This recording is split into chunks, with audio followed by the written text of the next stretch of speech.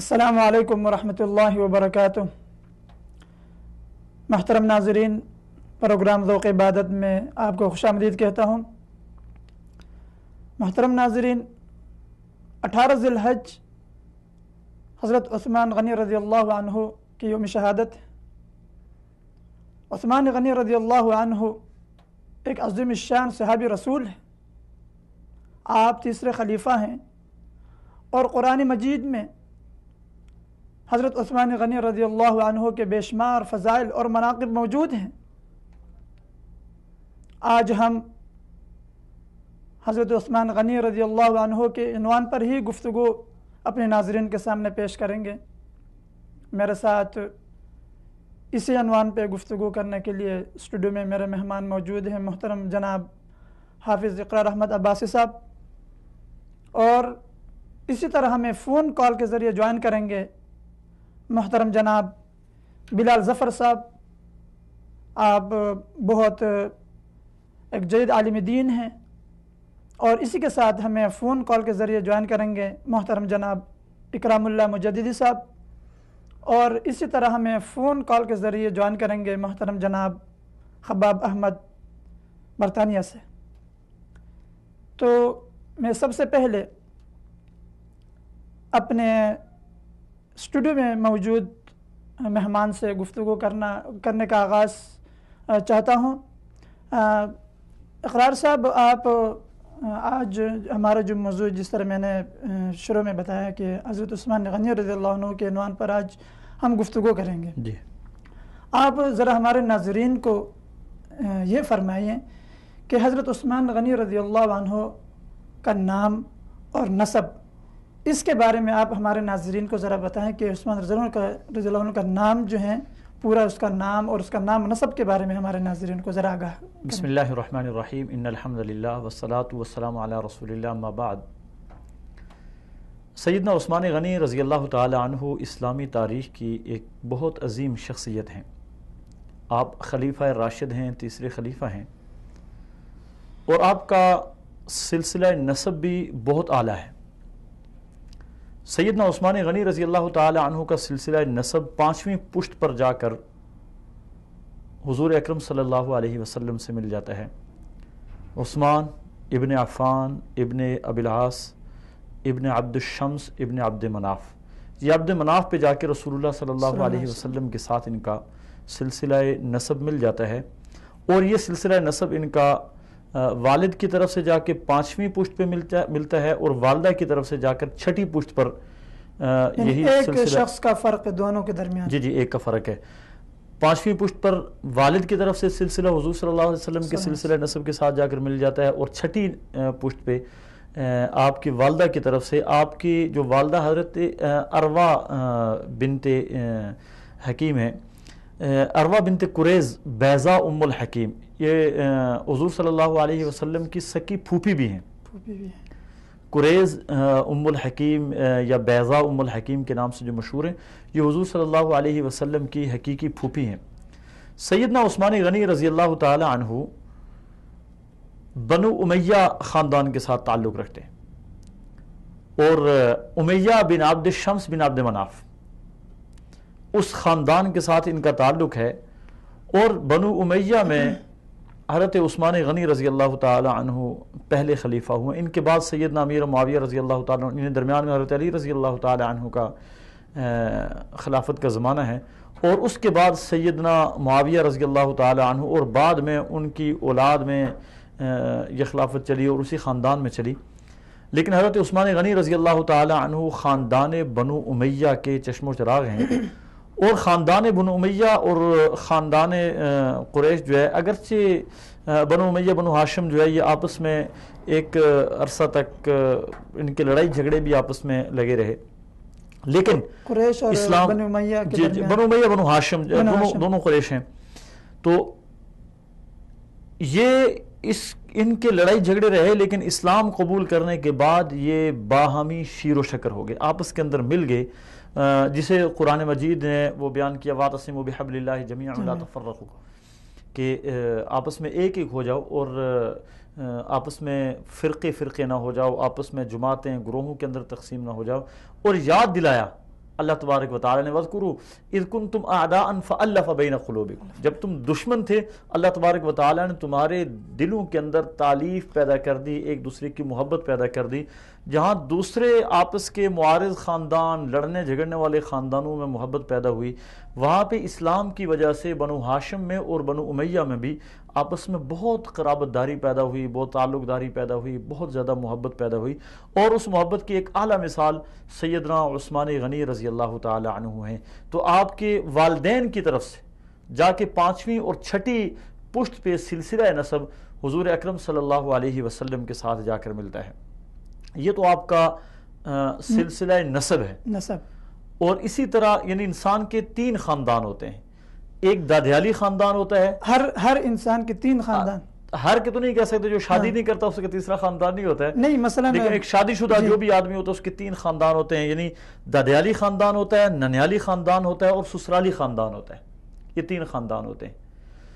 دادیالی خاندان میں 5ویں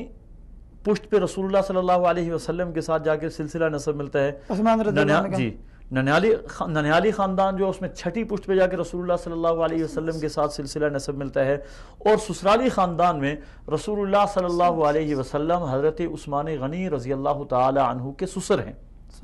حضرت عثمان غنی رضی اللہ تعالی عنہ حضور صلی اللہ علیہ وسلم کے دوہرے داماد ہیں۔ تو اس طرح اگر حضرت عثمان غنی رضی اللہ تعالی عنہ کے ہم سلسلہ نسب کو دیکھتے ہیں تو بہت ہی اعلیٰ سلسلہ نسب ہے، ہر طرح سے دیکھا جائے تو اعلیٰ ترین سلسلہ نسب ہے آپ کا۔ اور ان تینوں میں جو ہے جو آپ نے ذکر کیا ہے کہ نبی صلی اللہ علیہ وسلم عثمان رضی اللہ عنہ کے سسر جو ہیں، تو یہ میرے خیال میں سب سے قریب ترین رشتہ داری ہے۔ میں آگے چل کے انشاءاللہ اسی پروگرام میں ہم مزید تفصیل کے ساتھ بھی بیان کریں گے کہ رسول اللہ صلی اللہ علیہ وسلم کی 2 بیٹیاں ہیں سیدنا عثمان غنی رضی اللہ تعالیٰ عنہ کی نکاح میں، یکے بعد دیگرے۔ اور ایک حدیث ترمذی شریف کی ایک حدیث ہے کہ حضور صلی اللہ علیہ وسلم نے حضرت عثمان غنی رضی اللہ تعالی عنہ کو دیکھا کہ انتہائی زیادہ پریشان ہے۔ پوچھا پریشانی کی وجہ کیا ہے؟ تو سیدنا عثمان غنی رضی اللہ تعالی عنہ نے کہا کہ اللہ کے رسول، کیا دنیا میں کسی کے ساتھ وہ واقعہ پیش آیا جو میرے ساتھ پیش آیا؟ تو حضور صلی اللہ علیہ وسلم نے پوچھا کیا واقعہ تمہارے ساتھ پیش آیا ہے؟ تو کہتے ہیں کہ میرے نکاح میں اللہ کے نبی کی بیٹی تھی اور وہ فوت ہو گئی ہے۔ اتنا بڑا حادثہ میرے ساتھ پیش آ گیا کہ میرے گھر میں جو اللہ کے نبی کی بیٹی تھی وہ فوت ہو گئی ہے۔ اور پھر اس کے بعد دوسرا حادثہ میرے ساتھ یہ ہوا کہ میری جو نسبت تھی رسول اللہ صلی اللہ علیہ وسلم کے ساتھ، جو سسرالی ہونے کی نسبت تھی، تو وہ نسبت ختم ہو گئی ہے۔ وہ نسبت ختم ہونے کی وجہ سے مجھے بہت زیادہ پریشانی ہے۔ اور حدیث کے اندر آتا ہے کہ یہ دونوں آپ کا آپس میں مکالمہ ہو رہا ہے اور حضور صلی اللہ علیہ وسلم حیرانگی سے پوچھ رہے ہیں، اے عثمان تم یہ بات کر رہے ہو، آپ یہ بات کر رہے ہیں میرے ساتھ؟ تو حضرت عثمان غنی رضی اللہ تعالیٰ عنہ کہتے ہیں ہاں مجھے دکھ ہے اس بات کا، اور بہت زیادہ دکھ ہے۔ یہ باتیں چل رہی تھی کہ آسمان سے حضرت جبریل امین علیہ السلام آ گئے اور آ کر حضور اکرم صلی اللہ علیہ وسلم کو اللہ تعالیٰ کا حکم سنایا کہ آپ کے بیٹی ام کلثوم جو آپ کے گھر میں موجود ہے، آپ اس کا نکاح عثمان غنی رضی اللہ تعالیٰ عنہ کے ساتھ کر دیجئے۔ تو حضور صلی اللہ علیہ وسلم خود ارشاد فرماتے ہیں ما زوجت ام کلثوم من عثمان الا بوحی من السماء، کہ میں نے ام کلثوم کا نکاح عثمان کے ساتھ آسمان سے اتری ہوئی وحی کے ذریعے کیا ہے۔ تو یہ سلسلہ نسب حضرت عثمان غنی رضی اللہ تعالیٰ عنہ کا۔ حافظ صاحب آپ یہ بھی ذرا یہ بتا سکتے ہیں کہ عثمان رضی اللہ عنہ کا اسلام سے قبل جو ہے جو حالات زندگی ہیں، اگر اس کے بارے میں اگر آپ ہمارے ناظرین کو ذرا آگاہ دیکھیں، حضرت عثمان غنی رضی اللہ تعالی عنہ کامل الحیاء اسلام سے پہلے بھی اور اسلام کے بعد بھی مشہور ہیں۔ حضرت عثمان غنی رضی اللہ تعالی عنہ چھوٹی عمر میں ہی اسلام قبول کیا ہے، اور چھوٹی عمر یعنی بچپن اور جوانی کے درمیان کا ایک جو عرصہ ہوتا ہے، تقریباً یہ 12-14 سال کی جو عمر ہوتی ہے، اس میں اس وقت سے حضرت عثمان غنی رضی اللہ تعالی عنہ بہت زیادہ حیا والے مشہور تھے۔ پھر ایک اچھے خاندان کے ساتھ تعلق رکھنے کی وجہ سے بہت امیر کبیر لوگوں میں مشہور، آپ کے والد اور پھر آپ خود بہت زیادہ سخی اور غنی تھے۔ اسی لیے حضرت عثمان غنی رضی اللہ تعالی عنہ کے جو القابات آتے ہیں، ان القابات میں سخی بھی آپ کا لقب ہے، غنی بھی آپ کا لقب ہے۔ آپ کو سخی اور غنی ہونے کے اعتبار سے یاد کیا جاتا ہے۔ اور اسی زمانے سے حضرت عثمان غنی رضی اللہ تعالیٰ عنہ کے خاندان میں ایک ریت چلی آ رہی تھی کہ وہ مختلف علاقوں سے مختلف لوگوں سے غلاموں کو خرید کے آزاد کیا کرتے تھے، اسلام سے قبل بھی اور اسلام لانے کے بعد حضرت عثمان غنی رضی اللہ تعالیٰ عنہ نے اس ریت کو برقرار رکھا۔ آتا ہے کہ حضرت عثمان غنی رضی اللہ تعالیٰ عنہ ہر جمعے کو ایک غلام خرید کر آزاد کیا کرتے تھے۔ تو اسلام سے پہلے کی زندگی حضرت عثمان غنی رضی اللہ تعالیٰ عنہ کی انتہائی شاندار ہے۔ ایک وصف حضرت عثمان غنی رضی اللہ تعالیٰ عنہ کا جو آج کے دور میں بھی ہر حیادار انسان کے اندر ہونا چاہیے، کہتے ہیں کہ حضرت عثمان غنی رضی اللہ تعالیٰ عنہ اتنا زیادہ حیا والے تھے کہ کبھی پوری زندگی حضرت عثمان غنی رضی اللہ تعالیٰ عنہ کے اپنے سطر پہ اپنی نظر نہیں پڑی، اپنے سطر پہ ناف سے لے کے گھٹنے تک اپنے سطر پہ حضرت عثمان غنی رضی اللہ تعالیٰ عنہ کی نظر نہیں پڑی۔ اتنا زیادہ حیا والے تھے سیدنا عثمان غنی رضی اللہ تعالیٰ عنہ، اور یہ حیا ان میں اسلام لانے سے پہلے بھی موجود تھا، یہ شرافت پہلے بھی موجود تھی، اور یہ شرافت حضرت عثمان غنی رضی اللہ تعالیٰ عنہ کی بعد میں بھی موجود رہی، بلکہ اس وصف میں اور زیادہ اللہ تبارک و تعالیٰ نے آپ کو کمال عطا فرمایا ہے۔ جی حافظ صاحب، اب ذرا جس طرح آپ نے ذکر کیا ہے کہ عثمان رضی اللہ عنہ کا نام اور نسب جو ہیں، کیا یہ نام و نسب کا انسان کی زندگی پر کوئی جو ہے اثر جو ہے مرتب ہوتا ہے؟ ہاں بالکل، دیکھیں خاندان کا اگرچہ خاندان انسانی، جس طرح قرآن مجید کے اندر آیا ہے کہ وَجَعَلْنَاكُمْ شُعُوبًا وَقَبَائِلَ لِتَعَارَفُوا إِنَّ أَكْرَمَكُمْ عِنْدَ اللَّهِ أَتْقَاكُمْ، لیکن کچھ چیزیں ہوتی ہیں جو انسان کے اندر خاندان میں عادات اچھی ہوتی ہیں۔ اچھے خاندان جو ہوتے ہیں، بڑے خاندان جو ہوتے ہیں، ان میں کچھ ایسی اچھی عادات ہوتی ہیں جو عادات نسل در نسل انسان میں منتقل ہوتی ہیں۔ جس طرح جنگوں کے دوران خود رسول اللہ صلی اللہ علیہ وسلم اپنے خاندان کا ذکر کر رہے ہیں، انا النبی لا کذب انا ابن عبد المطلب، وہ اپنے خاندان کو بطور فخر کے پیش کر رہے ہیں کہ میں عبد المطلب کا بیٹا ہوں، میرا باپ، میرا دادا، یعنی میرا دادا بھی سردار رہا اور ہم نسل در نسل جو ہے وہ سردار چلے آ رہے ہیں۔ اسی طرح رسول اللہ صلی اللہ علیہ وسلم نے ایک موقع پہ حضرات صحابہ اکرام رضوان اللہ علیہم اجمعین کو کہا تھا کہ جو لوگ زمانے جاہلیت میں سردار تھے، چونکہ ان میں سرداری تھی اس لیے ان کی عزت کرو۔ غالباً عربی زبان کا ایک مقولہ ہے انزل الناس قدر منازل، ٹھیک ہے، لوگوں کو جو ایک مقام، جو منزلت اللہ تبارک و تعالیٰ نے دی ہے تو ان کو دیں۔ بعض خاندانوں میں یعنی سیادت ہے، اب سید خاندان ہے، قابل احترام خاندان ہے، حضور صلی اللہ علیہ وسلم کی بیٹی اور سیدنا علی المرتضیٰ رضی اللہ تعالیٰ عنہ کی اولاد سے جو خاندان چلا، قابل احترام خاندان ہے۔ اسی طرح اور بھی بہت سارے قابل احترام خاندان، ایک تو ان کا احترام کیا جانا چاہیے۔ ہاں یہ ضروری نہیں ہے کہ کسی دوسرے خاندان کا، جن کو ہم اپنی زبان میں یا اپنے خیال کے مطابق چھوٹا خاندان کہتے ہیں، وہ کوئی بڑا آدمی نہیں بن سکتا ہے۔ بن سکتا ہے ان اکرمکم عند اللہ اتقاکم، اللہ تعالیٰ کے ہاں عزت اور شرافت اسی کو حاصل ہے جو متقی اور پرہیزگار ہے۔ اور اس کی واضح مثال رسول اللہ صلی اللہ علیہ وسلم کے زمانے میں سیدنا بلال رضی اللہ تعالیٰ عنہ، جو حبشہ کے رہنے والے تھے، لیکن منصب مؤذن ان کو ملا، اور وہ مسجد نبی کی چھت پہ چڑھ کے اذان دیا کرتے تھے۔ اور خود رسول اللہ صلی اللہ علیہ وسلم کہتے ہیں کہ معراج کی رات میں نے اپنے آگے کسی کی قدموں کی آہٹ سنی، آواز سنی، اور میں نے پوچھا یہ آواز کس کی ہے؟ معلوم ہوا کہ مدینہ کی گلیوں میں، یا اس وقت رسول اللہ صلی اللہ علیہ وسلم مکہ میں تھے، خانہ کعبہ میں، کہ وہاں پہ بلال رضی اللہ تعالیٰ عنہ چلتے ہیں اور ان کے چلنے کی آواز جو ہے وہ آسمانوں پر سنائی دیتی۔ یہ ایک بہت بڑا اعزاز تھا سیدنا بلال رضی اللہ تعالیٰ عنہ کہنے کہ بہت بڑا کوئی خاندان ان کا نہیں تھا۔ ہم انشاءاللہ بات جاری رہے گی۔ اس وقت میرے ساتھ فون کال پہ ایک مہمان موجود ہے۔ السلام علیکم ورحمۃ اللہ۔ وعلیکم السلام ورحمۃ اللہ وبرکاتہ۔ محترم جناب، آپ کو میں خوش آمدید کہتا ہوں اپنے پروگرام میں۔ آپ کو معلوم ہوگا کہ آج ہمارا جو عنوان ہے، موضوع ہے، وہ ہے حضرت عثمان غنی رضی اللہ عنہ کے عنوان پہ ہم آج اسے جو ہے پروگرام میں گفتگو کریں گے۔ آپ ہمارے ناظرین کو ذرا یہ بتائیں کہ حضرت عثمان غنی رضی اللہ عنہ کی وہ کون سی خصوصیات ہیں جو ان کو دوسرے صحابہ پہ جو ہے ممتاز کرتی ہیں؟